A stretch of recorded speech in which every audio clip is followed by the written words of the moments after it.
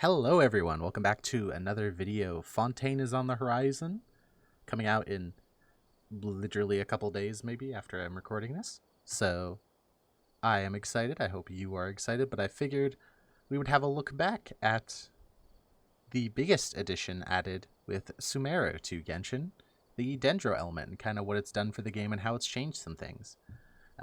Also, we're probably just going to do a brief overview of each element, or of each reaction, within the Dendro element. And we're just going to I want to kind of start doing these at the end of each major patch. So at the end of each, 4.0, 5.0, kind of a semi-review of the region. Or maybe I'll split this up into two videos. We'll do a review of the region in one episode, and we'll do just the review of Dendro in this episode. So Dendro is the only element to be added to the game after launch. It was the only element we did not have access to at the beginning of the game. And its arrival kind of changed a lot of different things in the game. And by changed, I mean it added a lot of different viable team setups, as the element itself was actually quite powerful and arguably is one of the more powerful elements up there with Hydro and Anemo, as probably the three most powerful elements in the entire game. So let's have a little discussion. I figure first up we'd have a look at the Dendro characters who were actually released into the game and just kind of do a brief overview of each one, kind of a little bit of what they do, their place in the game as a whole.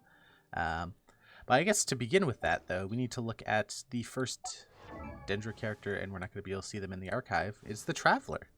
So as with always, whenever we go to a new region, we get a new Traveler element, but this one was kind of unique in that the Dendro Traveler is actually arguably good.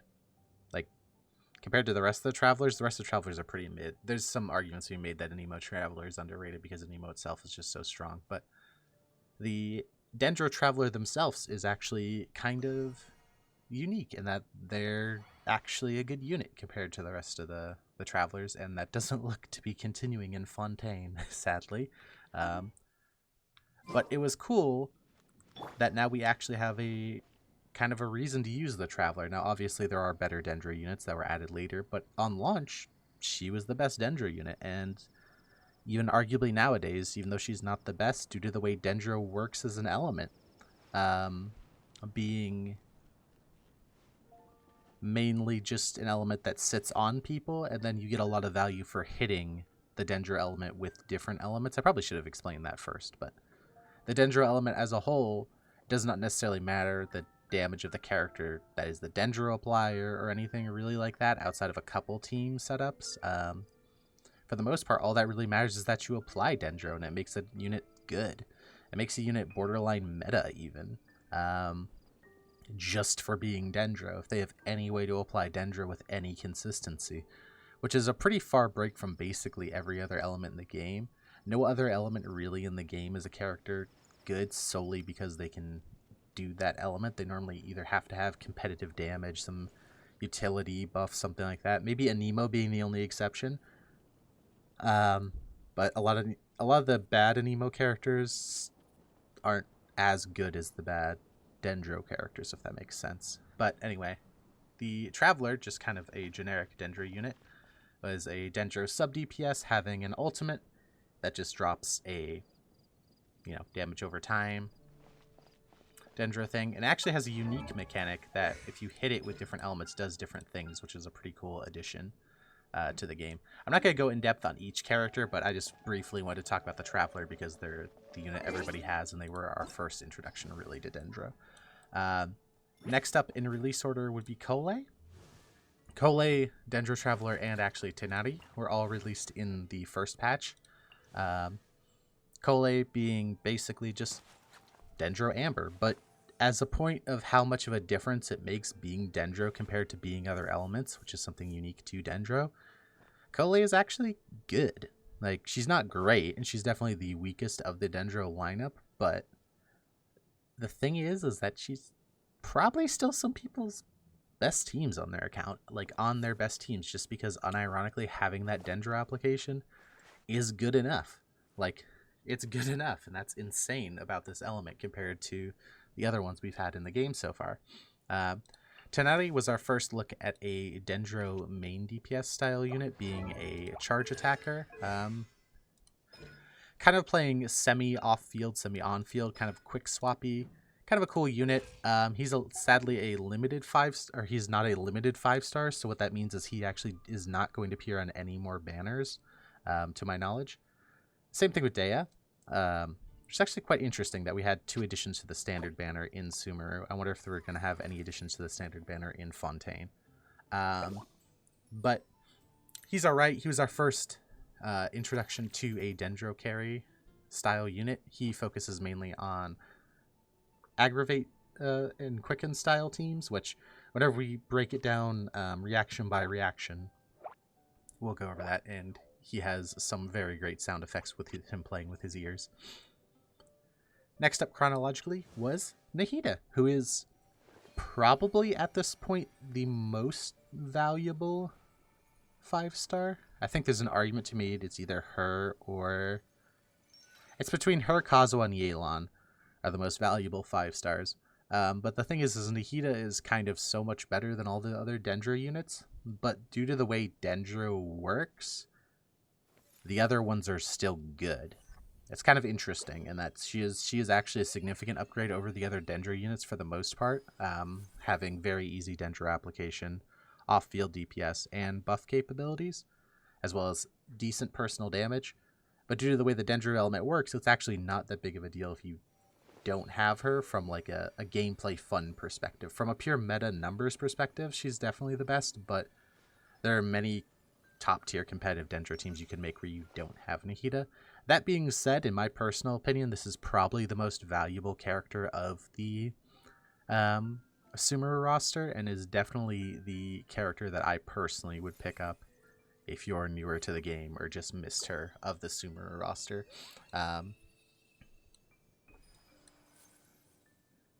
But yeah. Actually, now that I think about it, how many new 5-stars do we actually get in Sumeru? 1, 2, 3, 4, 5, 6, 7.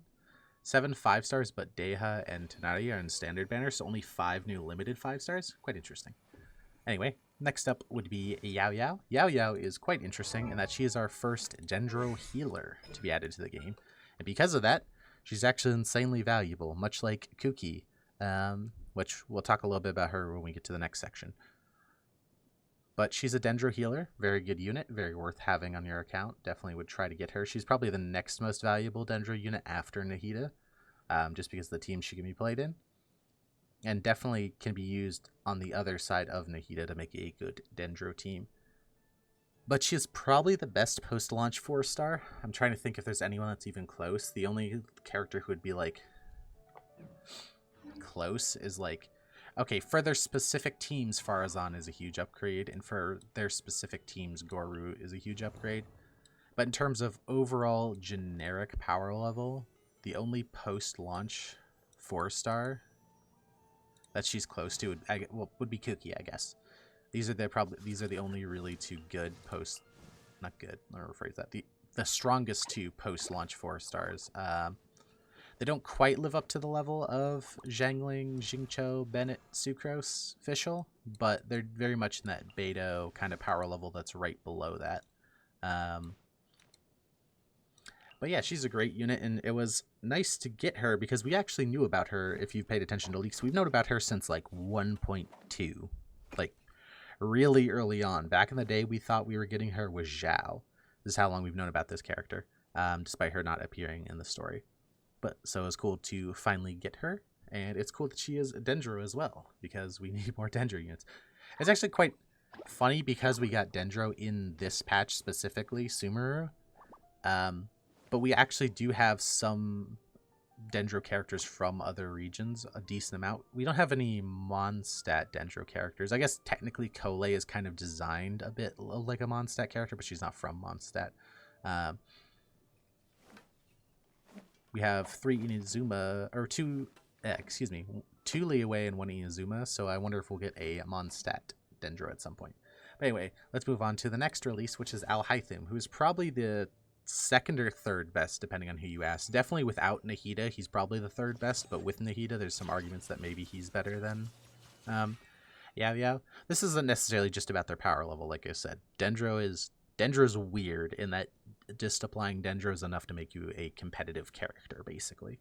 Uh, but he was our on-field DPSer, much like Tenari, but whereas Tenari was kind of quick swappy, Alhaitham is meant to spend more time on field, kind of a Kaching-esque play style, if that's your kind of thing. Very fun character. I like him quite a bit. I play him quite a bit.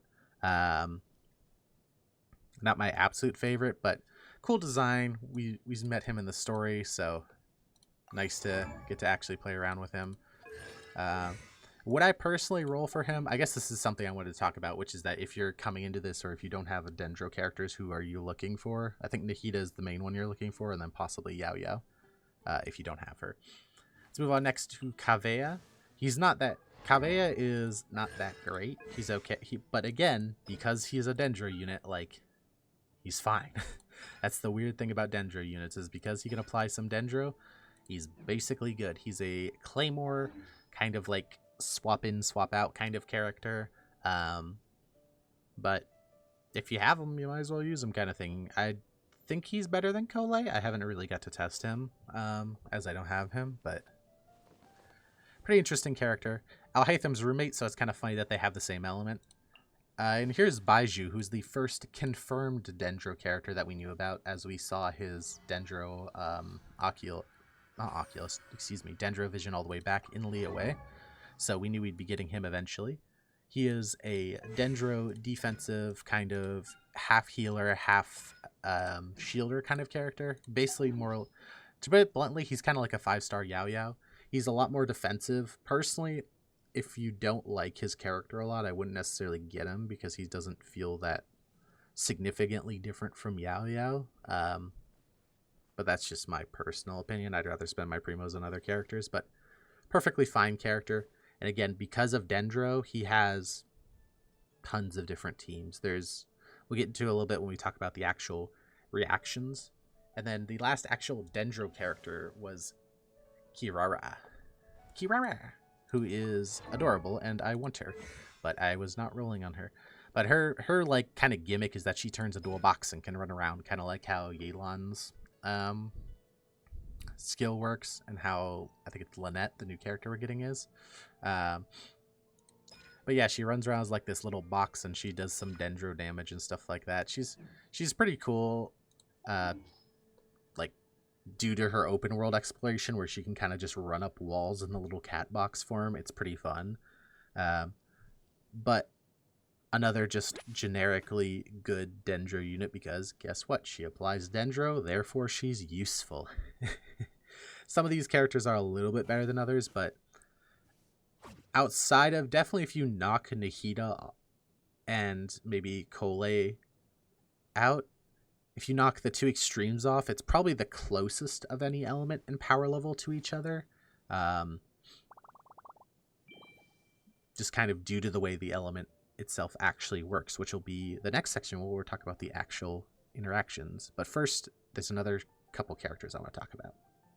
So next, I figured we would look at what I'm going to call Dendro adjacent characters. These are characters that more or less specifically interact with Dendro, and really are only played with Dendro. There's only a couple of these, 3 main ones really, but I figured they're kind of important to talk about when talking about Dendro, because they are pretty prevalent to the power level of Dendro, and it also kind of gives me a chance to talk about a couple things that I wanted to mention at some point anyway, which is how past design may be influenced by future design. So all the way back in Inazuma, we got both Kuki and Toma, who are units that didn't really have homes back then. Toma could be played in Hu-Tao teams at high constellations due to his pyro shield allowing you to VV Vape, VV the pyro, and him giving her some okay buffs while not actually healing her, but realistically he didn't really have a solid home. And same thing with Kuki, who is a very mid character pre-Dendro.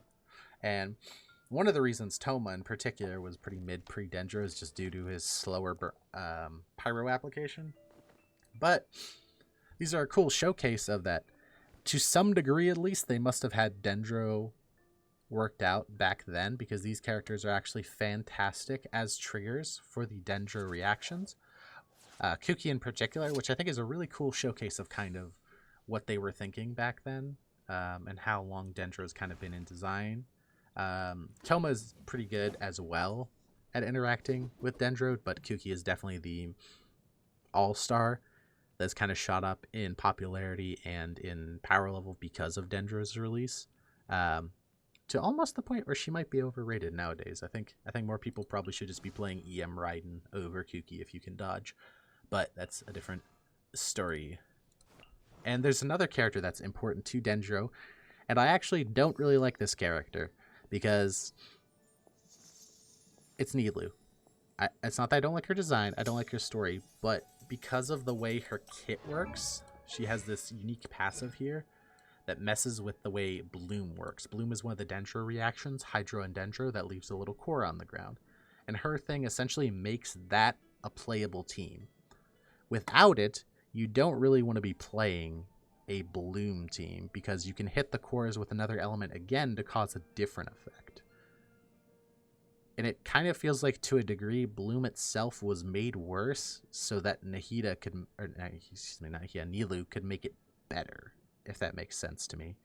I don't necessarily like that she's a character that carries a single reaction so hard. Some people might say, well, there's characters, like realistically, Vape is carried a lot by the Pyro applicators, but it's like, yeah, but there's like, as much as there are other reactions that are carried by characters, by a handful of characters, it's mainly due to how those characters design, not due to how the reaction is designed, if that makes sense. Like, Bloom is purposely bad and Nilou makes it good. Vape is actually a good reaction, it's just that not a lot of units might necessarily be able to take advantage of it. That's not true, there's a lot of them, but whatever. You get what I mean. Let's say, I don't know, Melt. There's only a couple characters that can really take advantage of Melt, but that's not because Melt is bad, that's because we don't have a lot of characters that have like good synergy between a Cryo and a Pyro that could consistently melt effectively. There's a couple, just not a lot. And that's kind of why I don't really like Nilou's design, because it's like, if you want to play Bloom, you kind of have to get Nilou. And also, on the other hand, if you want to play Nilou, you have to play Bloom. You can't just use her as like a generic Hydro trigger. Well, you can, but she won't even really be that good as a generic Hydro trigger in a lot of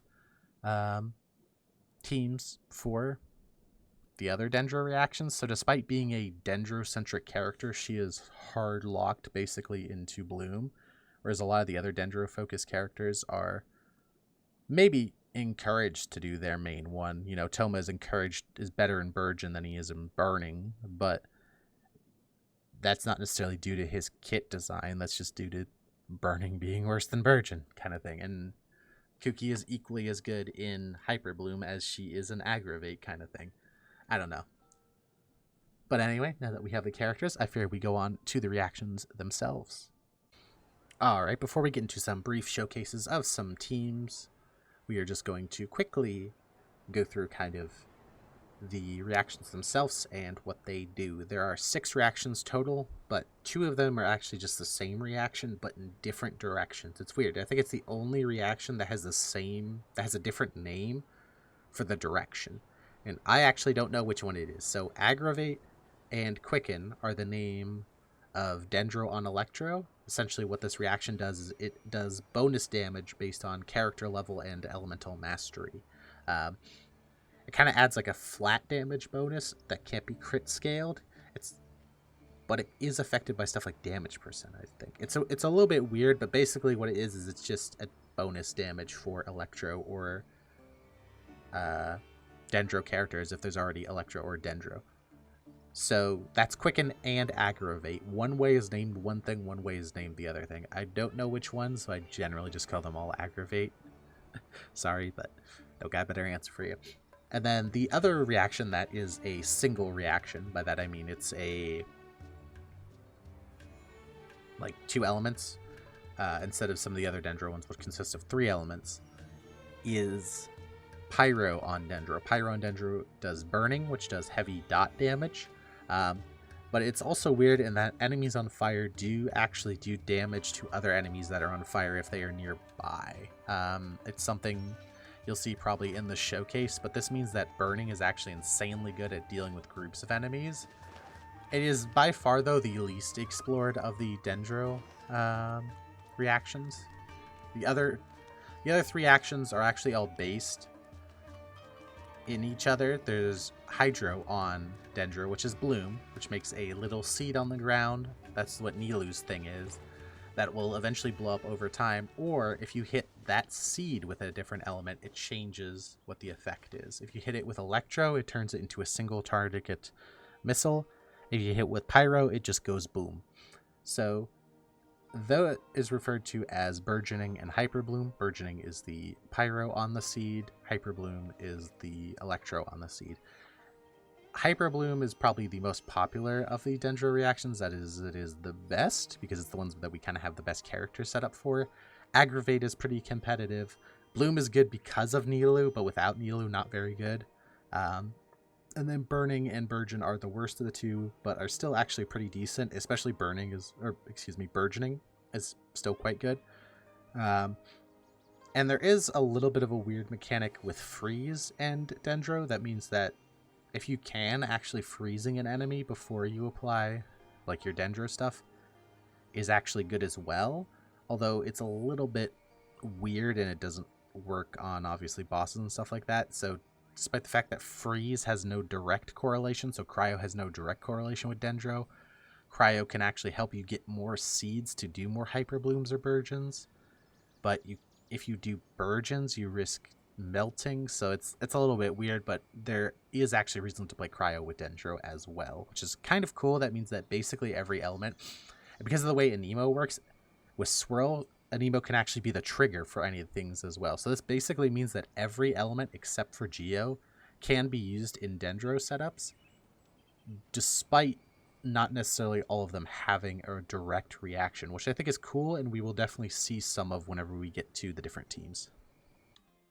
I guess really quickly, while we're talking about Dendro, before we go into the individual teams, we should talk a tiny bit about the Dendro artifacts that were released. There were 3 artifact sets that kind of correlate to the Dendro reactions that were released. The main one being the Deepwood Memories set, which is basically the Viridescent Venerer for Dendro reactions. Basically, every Dendro reaction team will have this on some character. As all the Dendro reactions, at least for the most part, do actually do Dendro damage. The one exception being Aggravate. Aggravate does do Electro damage if the Electro is the one triggering on the Dendro, but it'll still obviously buff the Dendro character's damage, so it's kind of fine. The other 2 sets were essentially just sets to give you a ton of elemental mastery. The first one being Gilded Dreams, which is just kind of a generic ADEM, and then either some attack bonus or elemental mastery based on the other members of your party. And the advantage, obviously, this set is that it's in the same domain as the Deepwood Memory set, so you can farm for both at the same time. And the set that was added later is this set down here, the Paradise Lost set, which gives you a bonus to Bloom, Hyper Bloom, and Burgeon reactions. This set actually reads a lot better than it actually is. If you already have good subsets on the other set, you don't really have to farm us out of those too much, but this is here specifically kind of for the Bloom, Hyper Bloom, Burgeon reactions, whereas the other set, the Gilded Dreams, is more or less good for basically Aggravate. But yeah, that's kind of a little overview of the relevant artifacts. Alright, and first up here, we're going to be showing off an Aggravate team. This is a very standard Aggravate team setup. You can replace a lot of these units with a lot of other units. It's relatively common to go double of whichever element you're trying to buff. So if you're trying to buff the Dendro damage, you would be like something like Tenari Nahida, and then single Electro, just to make sure the enemy has Electro on them. And if you're trying to buff the Electro, you go the other way around. Anemo units are the only main real difference is that Anemo units are good for Electro triggers, because you can actually get the VV and the damage bonus from someone like Kazuo, or the EM from someone like Sucrose to buff the Electro units, but that doesn't work with the Dendro units because you can't swirl Dendro.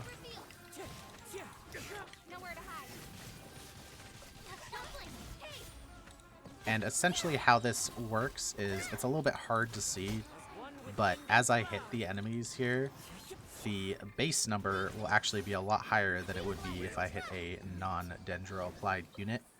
And that's essentially what the reaction does, is just stack base damage onto your attacks. Alright, next up in the line of reactions is burning. Burning's a little bit weird, due to the fact that there is no real easy way to trigger it with Pyro characters, so you got to do some weird stuff. So allow me to introduce you to using Anemo characters as the trigger for your Dendro reactions. Because guess what? It's hard to actually use the freaking characters they want you to use for this. It's really hard to see the burning one, to be completely honest with you, and I am so sorry with that because there's no real way I can make it easier for you. But you see a lot of little ticks of numbers. That's what the burning damage is. And this is kind of like really the only burning team comp. Burning is probably by far the worst of these new reactions. So yeah. It's fine, but burning is definitely the redheaded stepchild, where all the other ones more or less have meta teams that are good with them. This is the one that doesn't, so it's a little bit of the redheaded stepchild. By the way, let's move on to the next one. Next up, we're going to have a little bit of a look at Bloom, which is the Hydro on Dendro reaction, or Dendro on Hydro, either way is fine. It makes the little seeds. I have a cryo character with me just so we can freeze the enemies and kind of see the actual seeds. I don't have Nilu, so this reaction is basically not playable.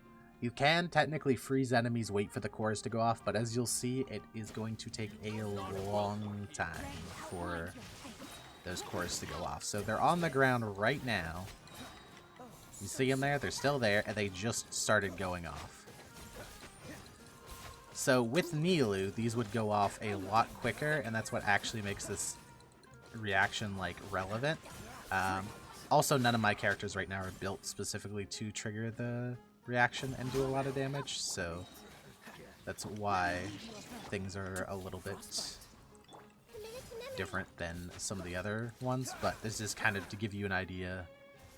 The seeds on the ground, and after a while they will blow up and do some damage. If you have Nilu and they blow up in 2 seconds instead of whatever the standard is 6, great reaction. Without Nilu, pretty bad. Let's move on to the next one, which are going to be some of the ones that are reactions on top of those seeds, so that's why I wanted to show off the seeds first. Alright, and next up on the reaction list, we have Hyper Bloom, which is hitting the cores made by Dendro Hydro with Electro, which causes them to do a little bit of a boomy boom. Make them shoot off like a missile. You can kind of see there the little... It's pretty obvious to notice when they go off. They just kind of like turn into little heat-seeking missiles. It's kind of a cool looking reaction. This is probably the most competitive of the reactions.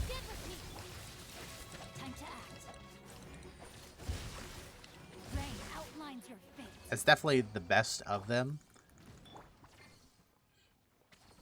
Ignore that 5 minutes. I was sitting there working on something.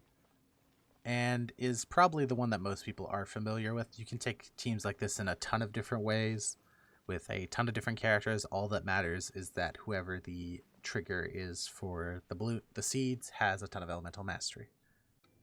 And last but certainly not least, we're going to have the Burgeon reaction, which is the Dendro on Hydro to make the core, and then hitting that core with Pyro. Once we hit the Pyro here, see how those things kind of went boom boom? A little bit harder to tell. You can kind of see the numbers there, but yeah, it make everything go boom. It's a pretty cool reaction, actually. I kind of like it. And it gives Tome a use, which is cool, because Tome is a really cool looking character that doesn't have a lot of like actual practical uses. Especially outside of Burgeon teams. So yeah. And that is going to be the end of our Dendro review. I want to thank you all for coming out. Just some brief closing thoughts about the element. I personally like the element. I think it's pretty well designed, especially from a power perspective. Yes, it is good. Yes, it is arguably more competitive than a lot of the other reactions, but in power, I mean compared to each other, Hyper Bloom is clearly the favorite, but Aggravate and Burgeon are not super far behind in power level. And with Nilou, even Bloom isn't far behind in power level. Actually, Bloom pulls ahead in power level. So 3 and an asterisk on the 4th one of the reactions being competitive with each other is very good design compared to a lot of the other elements in the game where a lot of them have duds. I think the only other one that doesn't have duds is like Hydro. But like for Electro, there's Overload. For Pyro, there's Overload. For Cryo, there's Shatter. So yeah, I think as a whole, it's probably the best design element. And the way it is designed means that the characters are powerful more or less just by being members of that element. It's very reminiscent to a Nemo, but even to a higher degree, because a lot of times the Nemo characters still need to be able to AoE their swirls, whereas Dendro characters are like, do you apply Dendro? Check. At least a decent unit, basically. Like, the worst Dendro unit is probably still, like, if you were to make a tier list, like an A or a B at worst, if you're being completely honest with how much their teams can output damage-wise due to how the reactions are made. It's also kind of interesting to have reactions that care purely, more or less, about EM. Means that pieces that previously might not have found homes on characters can now find homes on characters. And characters that were not previously used on other teams can find homes on new teams, which is great because it means that the need to roll for a more varied roster is lowering, which is great for new players, at least for new players who want to get into the Abyss. Because let's be honest, if you don't care about the Abyss, doesn't matter what your roster is, roll whatever you like. Friend, have fun. I don't care. I do this. I'm at that point now. I do still clear the Abyss all the time, but I am rolling for fun nowadays. But that is going to be the end of today's video, and I thank you for coming out, and look out for the next video, the next Genshin video, which will be a little bit of a discussion of just the Sumeru patches in general. I want to, like I mentioned in the beginning, I want to start doing this at the end of each region at the very least to kind of just have a nice little time capsule. But I hope you have a great day, and I'll see you in Fontain. Come check out the streams on Twitch, link in the description below.